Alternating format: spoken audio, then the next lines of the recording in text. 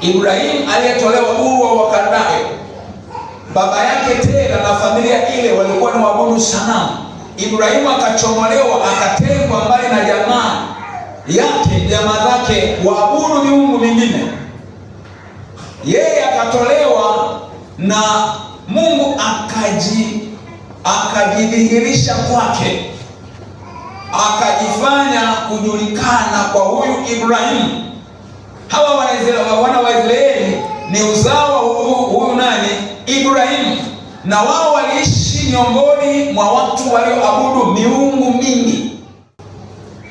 Lakini kama nilivyosema kwamba Zaburi hizi kuanzia 93 zinamtambulisha Mungu kama Mungu wa dunia yote.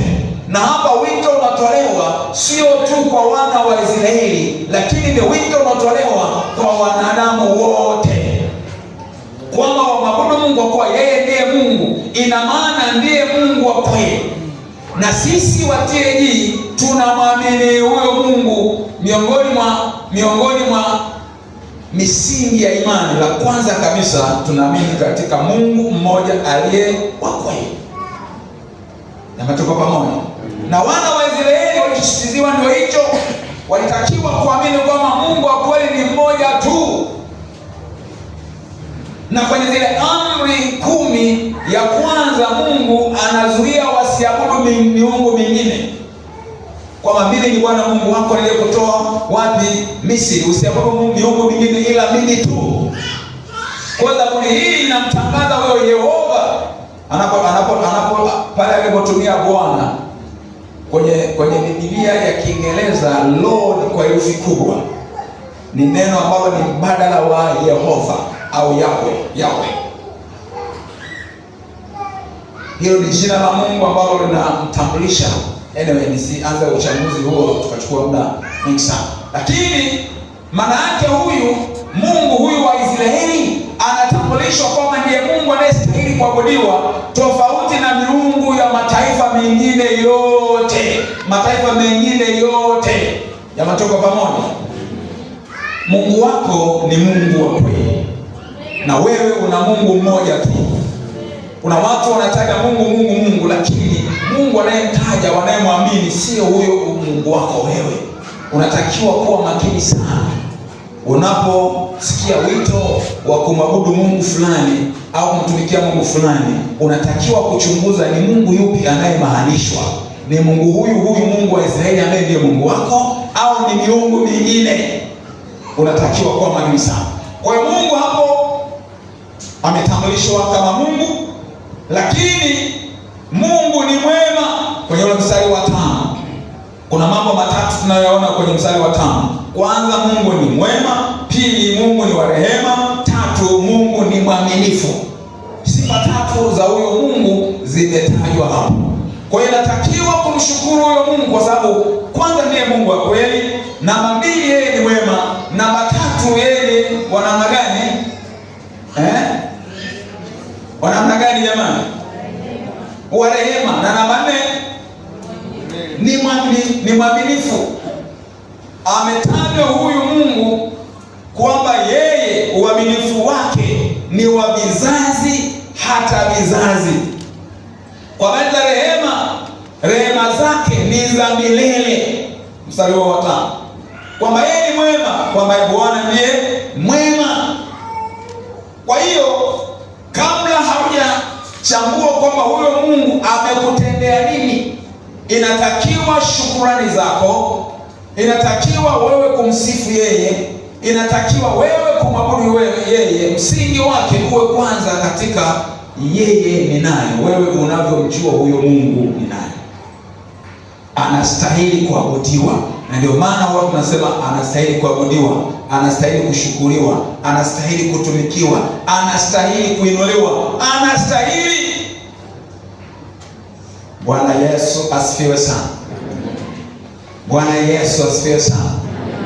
Lakini tunatakiwa kumtumikia huyo Mungu kwa furaha na kwa moyo wa shukrani, kwa sababu ya uhusiano tulionao na yeye. Kuna mambo mawili yanayotajwa kwa habari ya uhusiano wetu sisi na yeye.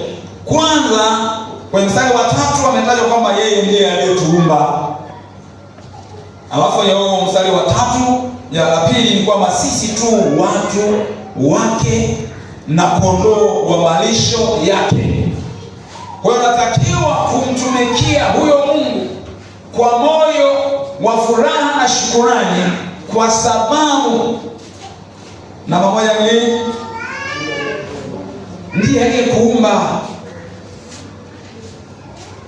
Hata baba yako na mama yako unawaheshimu, unawatii kwa sababu ndio waliokuzaa.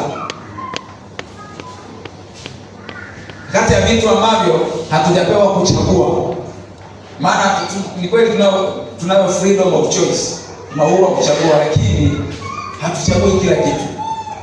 Kuna vitu vingine tunaingia tu kwenye system, people tu, hatuchagui sisi. Hakuna aliyechagua baba wa kumzaa au mama wa kumzaa. Unaweza ukachagua mke, unaweza ukachagua mume, lakini mtoto hachagui baba wa kumzaa au mama wa kumzaa. Haijalishi huyo baba huyo mama ni masikini, ni tajiri, amesoma, hajasoma, ana namna gani, yani vyovyote alivyo. Sasa mtoto akisha kuzaliwa na akisha kufika ule umri wa kutambua sasa, kujitambua, kumbe huyu ndio baba, huyu ndio mama. Kwa hiyo he has no choice, she has no choice but to respect, but to be obedient. Yani huyu mtoto hana uchaguo, ila tu ni kumheshimu na kumtii huyu mzazi, huyu baba, huyu mama, bila kujali na namna gani. Sasa kwa habari zetu sisi na Mungu aliyetuumba, yani unajua mimi kuna wakati huwa ninawaza mawazo fulani hivi, si niite ya kijinga, si niite ya kitoto, si niite. Afu wanasema sasa Mungu anajisikia vizuri au vibaya, mimi sina hakika. Wanasema yani ninapoendelea kuzisoma na kuelewa hizo sifa za Mungu, kwanza zinanichanganya akili. Yani mimi kati ya vitu ambavyo vinanisumbua kuvielewa ni God's eternity. Yani ni umilele. Unajua umilele wa Mungu maana yake hana mwanzo wala hana mwisho. Ukiniambia hiki kitu kiliumbwa kina mwanzo alafu hakina mwisho, ninaelewa angalau kwamba alikidesign akipa uwezo wa kuishi milele. Lakini Mungu yeye hana mwanzo wala hana mwisho. Yaani nakaa na mshangaa huyu Mungu. Sasa hiyo namna gani? Inakuwaje? Yaani inakuwaje? Hivi sijui mwenzangu, akili yako wewe inakusaidia kuelewa hiyo kitu. Yaani yeye hana mwanzo. Yaani alikuwepo tu, yani alikuwepo tu huko nyuma ijulikane kwanza, yani huo mwanzo wake haupo na mwisho haupo. Alafu anaweza yote, hakuna nalo mshinda.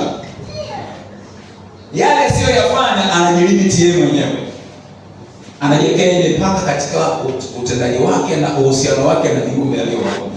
Kwa yeye anaishi hapa, hiki anaacha kiumbe chake kifanya haya mengine, lakini si kwamba anaweza yote bila kusaidia, bila kuwezeshwa. Mungu haitaki kuwezeshwa, anaweza yote. Alafu yupo kila mahali kwa wakati mmoja. Sasa inakuwaje huyu Mungu jamani? Yaani kama hivi tunamwabudu hapa, kuna wengine na wengine na wanamwabudu. Sisi Marekani kule nako wanaabudu, kule India na wenyewe wanaabudu, Afrika Kusini wanaabudu, kule sijui hata ile wanaabudu. Wengine sasa hivi sisi huku ni mchana, wengine dunia hii ni usiku. Yaani wanaabudu, wanaomba, wengine wanatukana, wengine wanalaani, wengine wanamuumika, wengine yaani Mungu kila mahali. Alafu hachanganyiki. Mimi kwa kweli hapana. Hili jambo hili sana ile mkuja. Hachanganyiki. Lakini sasa kinachokuja kunipa faraja ni hiki, kwamba huyu Mungu ambaye hana wa kumdhibiti. Maana sasa ni afadhali shetani awe mbaya kwako unapokukimbilia ambaye anamweza shetani, si ndio? Sasa mimi nawaza Mungu, unajua ndio unachosemaga sasa hivi, sema labda pengine hivi wewe Mungu ungekuwa ndio shetani, yaani shetani alivyo ungekuwa ndio wewe, sasa Mungu ndio una sifa. Yaani kwa sifa za Mungu kwamba ni wa milele, yaani hana mwanzo wala hana, alafu anaweza yote, hakuna wa kumdhibiti. Yeye anaamua chochote anachofanya anakifanya, alafu yeye sio wa kuulizwa maswali. Tunaelewa hivyo? Yaani Mungu sio wa kuulizwa kwa nini umefanya hivi. Mungu sio wa kuulizwa, anafanya kama apendavyo. Sasa shetani alipo mbaya anasema, maana shetani yeye ana limitations. Kwanza aliumbwa, alafu japokuwa hajikufa, ni wa milele, ataishi milele, lakini uwezo wa kutenda anayoyatenda sasa hivi unaokoa. Ataishia jehanamu ya moto. Unaona? Kwa Mungu yani shetani yeye ana wa kumdhibiti. Alafu Mungu huyo ametupa uwezo akasiwaamini kumdhibiti shetani. Sio Mungu peke yake, hata sisi ametupa uwezo wa kumdhibiti nani? Shetani. Maana anasema kwamba mpingeni shetani naye atafanyaje? Atawakimbia. Sasa wewe unasema Mungu, hivi wewe ungekuwa ndio shetani sasa, hakuna wa kukudhibiti, hakuna wa kukuuliza, alafu ni mkatili kama hivi, ingekuwaje? Ningekuwaje mimi Mungu? Alafu naishia kumwambia Mungu asante. Una uwezo wote lakini wewe ni mwema. Una uwezo wote lakini wewe ni Mungu wa rehema sana. Ndio maana mtunga Zaburi mmoja akasema kwamba hivi ni kwenye Zaburi kwamba ni huruma zake kwamba hatuangamii, rehema zake hazikomi. Huyu Mungu jamani, pamoja na kwamba ana nguvu kiasi hicho, hana yeyote anayeweza kumdhibiti, ana uwezo kufanya chochote akitakacho, lakini huyo Mungu ni mwema. Huyo Mungu ni wa upendo. Huyo Mungu ni wa huruma. Huyo Mungu ni mwingi wa msamaha. Oh my God. Jamani, kwa nini tusimshukuru huyu Mungu? Kwa nini tusimfurahie huyu Mungu? Fadhili zake ni za milele. Maana hapa ametaja sifa chache tu. Sasa ongeza na nyingine zote unazozijua. Zingine zimeandikwa kwenye Zaburi nyingine. Tunaweza tukawa na orodha ambayo tutaisoma kuanzia asubuhi mpaka jioni na tusimalize. Tukiamua tu kuzitaja tu sifa za wema wa Mungu. Jamani, huyu Mungu ni mwema sana. Kwa hiyo kwa kujua vile ambavyo yeye ni wa namna hiyo, halafu ametuumba sisi, ndiye aliyetuumba. Unatambua hilo? Halafu unatambua kwamba sisi tu kondoo wa malisho yake. Ni kama ambavyo Bwana Yesu alisema kwamba yeye ni mchungaji mwema, si ndio? Halafu kondoo wanajua sauti yake na yeye anawajua kondoo. Huwa anawataja kwa majina na nini, ndio hivyo anapeleka kwa malisho mazuri, anahakikisha ulinzi wao na usafi. Kwa hiyo Bwana Yesu amejifanisha na mchungaji mwema wa kondoo kwa maana ya mifugo, vile ambavyo anatuchunga sisi tuamini. Kwa hiyo hapa tunataja sisi kwamba ni kondoo malisho yake. Kwa kama wewe ni kondoo malisho yake, nataka tu nikutie moyo kwamba hauna haja ya kuogopa chochote. Kama Bwana ni mchungaji wako, kuna haja ya kuogopa chochote? Ndio maana mtunga Zaburi huyu anasema kwamba Bwana ni mchungaji wangu, sitapungukiwa na kitu. Katika malisho ya majani mabichi unilaza, kando ya maji utulivu kufanyaje? Anaeleza vile ambavyo yeye ni mnufaika wa huyo Bwana, kwamba ni mchungaji